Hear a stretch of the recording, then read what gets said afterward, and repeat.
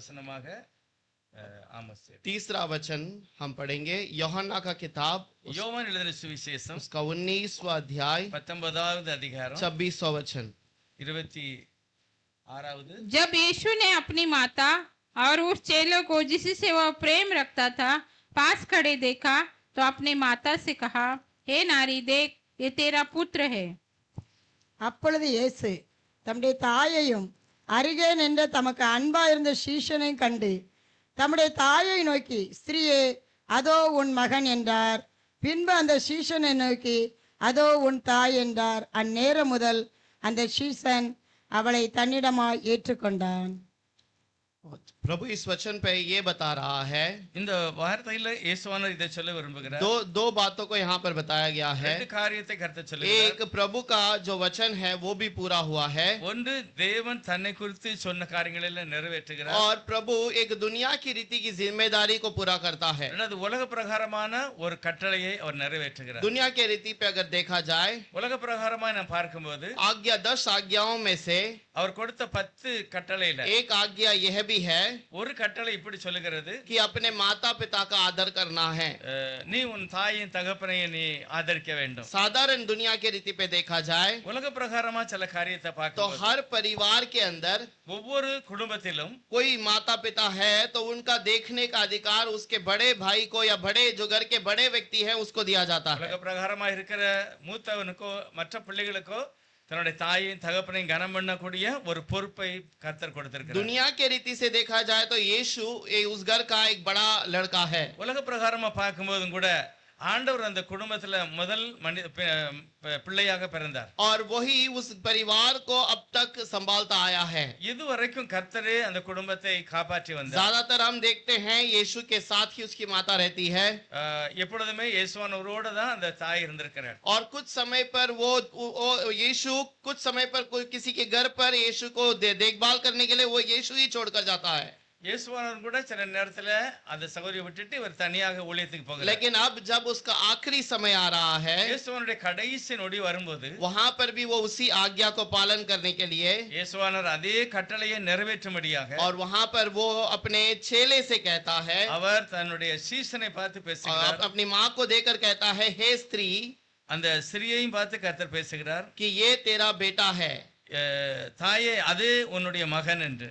यहाँ पर जब स्त्री के बारे में कहा गया, இங்க ஸ்திரியை பற்றி சொல்லும்போது एक पुराने नियम में जो वचन है वो प्रभु फिर से हमें याद दिलाता है இந்த ஸ்திரீ இங்க வார்த்தை பழைய ஏற்பாட்டுல சொல்லப்பட்ட வார்த்தையை கர்த்தர் कि நினைவுபடுத்துகிறார்। वही स्त्री का बीज वो शैतान को कुचलने वाला है। இந்த ஸ்திரீயின் வித்து தான் சாத்தானுடைய தலையை நசுக்கும் அப்படின்னு। और वो बात को प्रभु नए नियम के अंदर 2 बार उसी बात को पूरा करता है। ஆண்டவர் ரெண்டு இடத்துல திரும்பவும் இயேசு தன்னை ஸ்திரீயின் வித்தாகவே காண்பிக்கிறார்।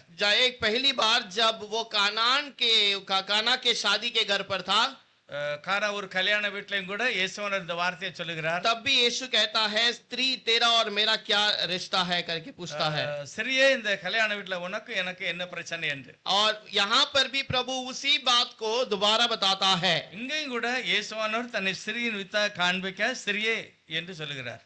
वचन के अनुसार தேவனுடைய வார்த்தையின்படி जब 2 गवाही होती है இரண்டு சாட்சி எங்க இருக்கிறதோ और वो वचन के अनुसार वो उसको कबूल किया जाता है, அந்த ரெண்டு சாட்சி நிமித்தம் அந்த காரியம் உறுதிப்படுகிறது। और उसी प्रकार वो पुराने नियम के वचन को यहाँ पर यीशु पूरा करता है। பழைய ஏற்பாட்டுல சொல்லப்பட்ட ஸ்திரீ இவளே என்று சொல்லப்படுகிறது। और दूसरा, प्रभु अपने बहुत ही प्यारे चेले से कहा है करके लिखा है। திரும்பவும் தேவன் தான் நேசிக்கிற சீசனை பார்த்து சொன்னார்। और वहां पर अगर उस वचन को पढ़ते हैं, அந்த வார்த்தையை நான் வாசிக்கும் போது यूहन्ना जो है प्रभु का बहुत ही एक प्यारा व्यक्ति है। யோவான் எப்பொழுதும் இயேசுவை மிகவும் நேசிக்கிறவனாக இருந்தார்। और उस वचन को जब हम वहां पर पढ़ते हैं 26 वचन में, 26வது வசனத்தை நம்ம வாசிக்கும் போது उस पर लिखा है कि जिसे यीशु प्रेम करता था। பைபிள் சொல்லுகிறது இயேசுவுக்கு அன்பா இருந்த சீசன்। ये यीशु उससे प्रेम करता था। இயேசுவும் அவனிடத்தில் அன்பா இருந்தார்। यीशु किससे प्रेम करता है? अपने बच्चों से। இயேசு யாரிடத்தில் அதிகமாக நேசிக்கிறார்கள்? தன்னுடைய பிள்ளைகளிடத்தில்। और यीशु अपने बच्चों, जब उसको अपने बच्चे कहा जाता है तो वो एक कलीसिया को भी कहा जाता है। தேவனுக்கு ஒரு பிள்ளை அப்படிங்கிற ஸ்தானத்தில் வரும்போது சபையும் கூட அது குறிக்கிறது। कलीसिया को अगर देखा जाए तो कलीसिया में जो लोग आते हैं वो सब उसी के बच्चे हैं। சபையில வருகிற ஒவ்வொருவருமே இயேசு கிறிஸ்துக்கு பிள்ளைகளாகவே பார்க்கிறார். और वो कलीसिया के सारे लोगों को प्रभु उस कलीसिया को अर्पण करता है. சபையில் உள்ள ஒவ்வொரு காரியத்திலுமே சபையில் உள்ள அந்த பொறுப்பான தன்னுடைய பிள்ளைகளிடத்துல அவர் ஒப்பு கொடுக்கிறார். क्योंकि स्त्री के बारे में जब कहा गया है कि वो एक कलीसिया है, ஸ்திரீ என்றால் ஒரு சபையை குறிக்கிறது. और वो कलीसिया को प्रभु अपने बच्चों को जिससे वो प्रेम करता है उसके पास वो कलीसिया को अर्पण करता है. சபையை தேவன் தன்னுடைய பிள்ளைகளாகிய சபையாருக்கு சபையினுடைய பொறுப்பை கொடுக்கிறார். और यूहन्ना ने बार बार एक बात के बारे में अगर वचन में लिखे हैं तो देख सकते हैं. யோவான் தன்னுடைய சுவிசேஷத்தில் அடிக்கடி சொல்லுகிற ஒரு வார்த்தை, प्रभु के प्रेम के बारे में बताता है. அவர் தேவனுடைய அன்பை பற்றி அவர் அதிகமா பேசுவார். और उसने जो पहला यूहन्ना, दूसरे यूहन्ना, तीसरे यूहन्ना में भी प्रेम के बारे में बात किया है. யோவான் மட்டுமல்ல, 1 யோவான், 2 யோவான், 3 யோவான் எல்லாத்திலுமே தேவனுடைய அன்பையே அவர் வெளிப்படுத்துகிறார். और प्रकाशित वाक्य में भी उसने यीशु के प्रेम के बारे में बताया है. வெளிப்படுத்த விசேஷத்திலேயும் அந்த யோவான் தேவனுடைய அன்பையே பற்றி பேசுகிறார். क्योंकि उसने उस यीशु के प्रेम को जान लिया था. ஏனென்றால் யோவான் இயேசுவனுடைய அன்பை மிகவும் நல்லாய் புரிந்து கொண்டவர். और इसीलिए यीशु ने उस प्रेम किए हुए उस बच्चे के हाथ में, ஆகவே இயேசுவனுடைய அன்பை அறிந்து கொண்ட அந்த யோவானிடத்தில் उसी कलीसिया को अर्पण करता है. அந்த சபையை ஒப்பு கொடுக்கிறார். और कलीसिया के साथ में, அந்த சபையோடு கூட उसके साथ आदि से अंत तक की सारे बातों को भी उसके द्वारा प्रकट करता है. ஆதியிலிருந்து முடி வரைக்கும் உள்ள எல்லா விஷயத்தையுமே தன் அன்பான சீசனுக்கு வெளிப்படுத்தினார்.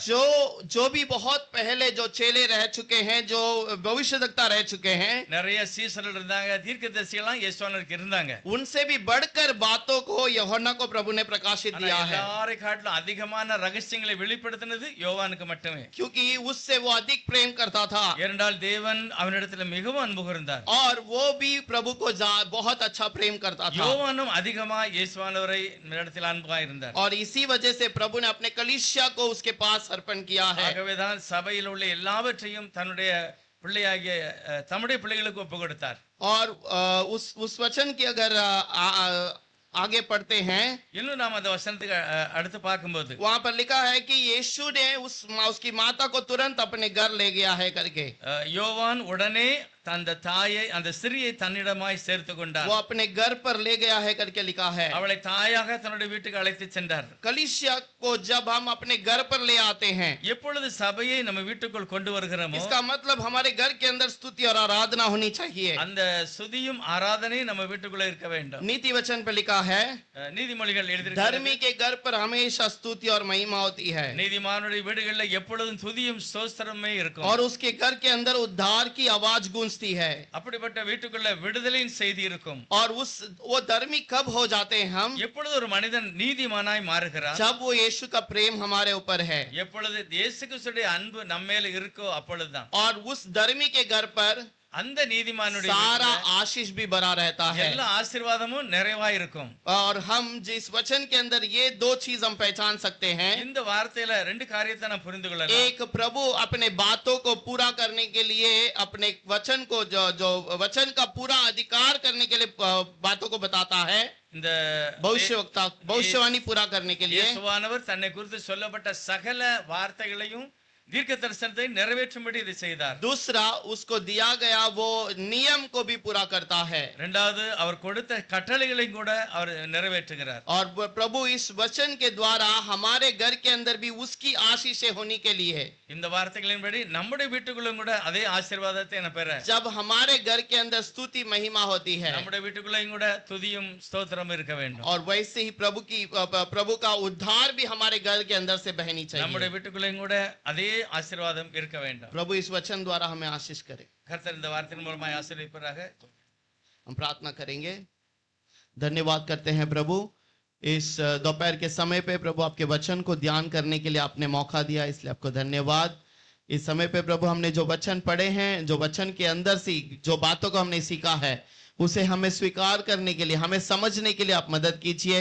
आगे के वचन में भी प्रभु आपके क्रूस के जो ध्यान को हमें समझने के लिए, क्रूस की उस महिमा को पहचानने के लिए मदद कीजिए. छोटी सी दुआ यीशु के नाम से मांगते हैं, ஆமென். நம்ம எல்லாரும்